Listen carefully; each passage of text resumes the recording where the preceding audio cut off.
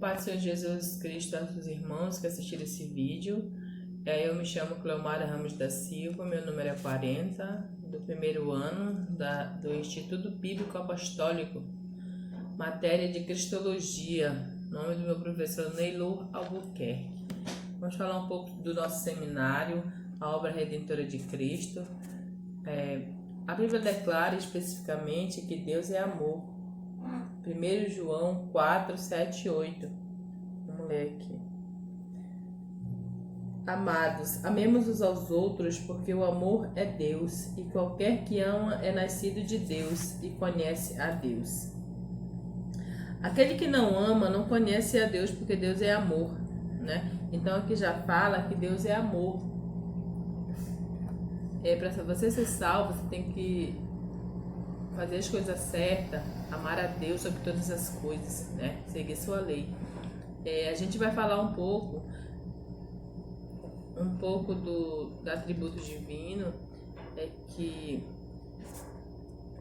o amor como um dos atributos de Deus deve ser entendido sobretudo pelo aspecto que os escritores do Novo Testamento chamaram de amor ágape.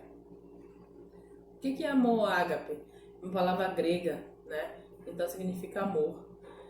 Isso é um amor profundo, incondicional, que ao mesmo tempo que revela grande perfeição, também revela cuidado, zelo, né? Então isso que é correção e abnegação. A palavra é meio complicada, mas é isso. Como diz em João 3,16. Deixa eu ver aqui. Porque Deus amou o mundo de tal maneira que deu seu Filho unigênito para que todos aqueles que nele crêem não pereçam, mas tenham a vida eterna. Né? Então nós temos, seguindo do caminho certo, nós temos a vida eterna para que nós possamos ser salvos. Aí vamos falar um pouco sobre a lei, sobre o pecado, o ímpio, a redenção, o perdão, a propiciação, a expiação, a justificação da graça. Estando ainda Jesus na terra, falou sobre tudo o que aconteceria com ele na cruz após a sua crucificação, para que se cumprisse o que estava escrito na lei de Moisés, nos profetas e nos salmos, como mostra em Lucas 24, 48. 24, 44 e 48.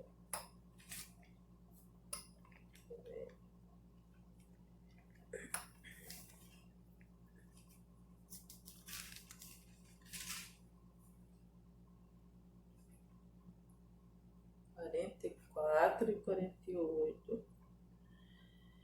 E disse-lhes: são estas as palavras que vos disse, está ainda convosco. Convinha que se cumprisse tudo o que de mim estava escrito na lei de Moisés, e nos profetas e nos salmos. Então abriu-lhes o entendimento para compreenderem as escrituras, e disse-lhes: assim está escrito, e assim convinha que Cristo padecesse e o terceiro dia ressuscitasse de todos os mortos.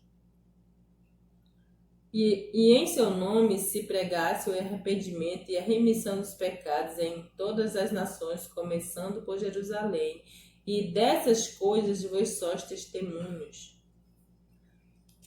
Então, irmão, ele deu o único Filho para que nós possamos se libertar do pecado. Mas agora só depende de nós, né? Só depende de nós seguir o caminho certo. Então aí tem o atributo que Deus é amor, a lei, as leis de Moisés que temos que seguir, e é assim por diante. Em Romanos 3:23 fala: porque todos os pecaram e destituídos estão da glória de Deus. Destituídos estão da glória de Deus, sendo justificado gratuitamente pela sua graça, pela redenção que há em Cristo Jesus, ao qual Deus propôs grande propiciação pela fé no seu sangue, demonstrando a sua justiça pela remissão dos pecados antes cometidos sobre a paciência de Deus, para que para que demonstração da sua justiça neste tempo presente, para que ele seja justo e justificado, daquele que tem fé em Jesus. Então, se você tem que ter fé, né, para que possa ser justificado, que a gente não precisa nos justificar, porque Deus nos justifica, porque Deus é amor, Deus é digno, Deus é digno de louvor, de honra, de glória. Então Deus é tudo de bom na nossa vida. Agora vamos falar sobre o ímpio, né? O ímpio significa desumano. O que significa o ímpio? O ímpio significa uma pessoa desumana, desnaturada, insensível. É aquela pessoa que não tem piedade, que age cruelmente. O indivíduo ímpio é uma pessoa indiferente, intolerável, que pratica barbaridade, que torture também o indivíduo que possui valores contrários ao estabelecimento pelo senso comum. Romanos 3, e 13 e 18.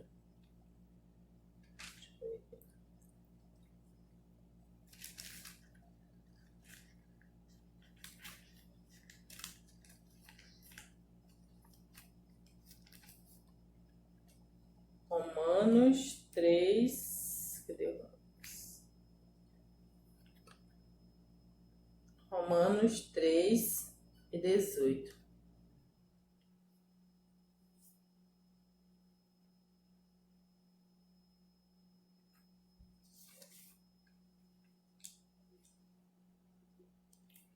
Não há temor de Deus diante dos teus olhos. Ora, nós sabemos que tudo o que a lei diz ao que estão debaixo da lei diz para que toda boca esteja fechada e todo mundo seja condenável diante de Deus.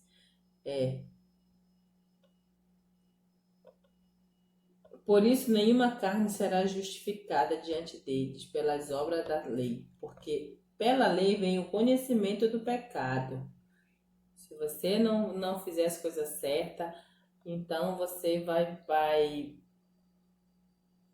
você não será justificado. Deus não justifica você. Então o ímpio, ele tem que se arrepender, ele tem que ir para os pés do Senhor, porque todas as coisas que ele fez, ele se arrependendo verdadeiramente, Deus perdoa ele. Aí a redenção. A aplicação deste termo, a redenção, a morte de Jesus Cristo na cruz, é bem notável que somos redimidos dos nossos pecados. Então, nossa condição anterior era de escravos do pecado.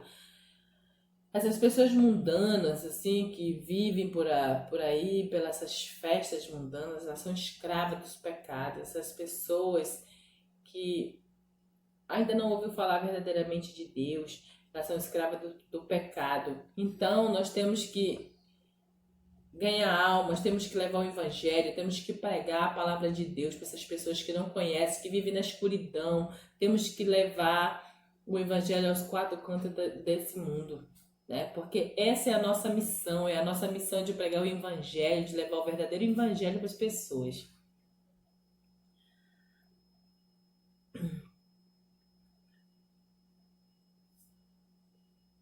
Para que possamos deixar de ser escravo e fazer as coisas boas, ganhar mais alma para Jesus, para trazer pessoas que são depressivas, pessoas que pensam que não tem mais saída. Então esse é o nosso dever como cristão.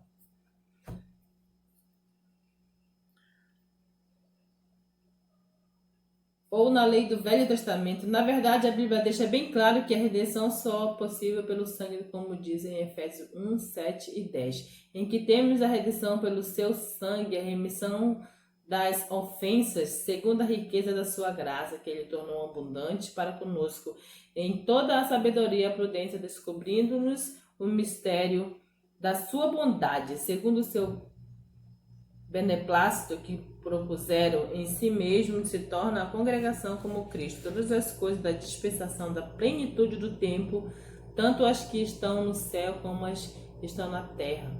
Foram perdoados todos os nossos pecados, porque o homem santo foi crucificado em nossa Foi crucificado em nosso lugar, mesmo sabendo de tudo que aconteceria com ele. Se manteve firme para que se cumprisse as escrituras, né? Então, Jesus veio como cordeiro para que possamos ser salvos, para nos livrar do nosso pecado. E ele foi tentado, mas ele não se rendeu ao pecado, né? As tentações. Então, assim nós devemos fazer, fugir das coisas erradas, fugir do pecado, fugir da tentação, para que possamos ter o nosso lugar lá em cima com Deus, né? Para que possamos estar no caminho da salvação, para que possamos levar mais pessoas, né? Para que possamos levar mais pessoas para adorar a Deus, para a igreja, para que ele possa ser salvo, para que ele possa sair dessa escuridão, para que possa conhecer verdadeiramente Deus. Esse é o nosso dever como cristão. A propiciação e expiação é o pagamento pelos pecados para que obter o perdão de Deus. No Antigo Testamento, a propiciação era feita pelo sacrifício de animais. No Novo Testamento, Jesus veio e se tornou o sacrifício, né? Então, antigamente, eram os animais que eram sacrificados. Mas como Deus olhou para a terra e viu que não tinha ninguém santo, né? Ninguém puro, então ele mandou seu filho, o seu único filho, né? Como cordeiro, para que possamos nos limpar dos nossos pecados. E agora é conosco, nós temos que... Ele mandou seu filho pelo pecado do mundo. E agora é conosco, nós temos que pregar o evangelho, temos que fazer a obra, temos que amar o nosso próximo, temos que fazer coisas boas, porque sem isso o mundo está tão cruel, o mundo está tão violento, não tem nada de bom do outro lado.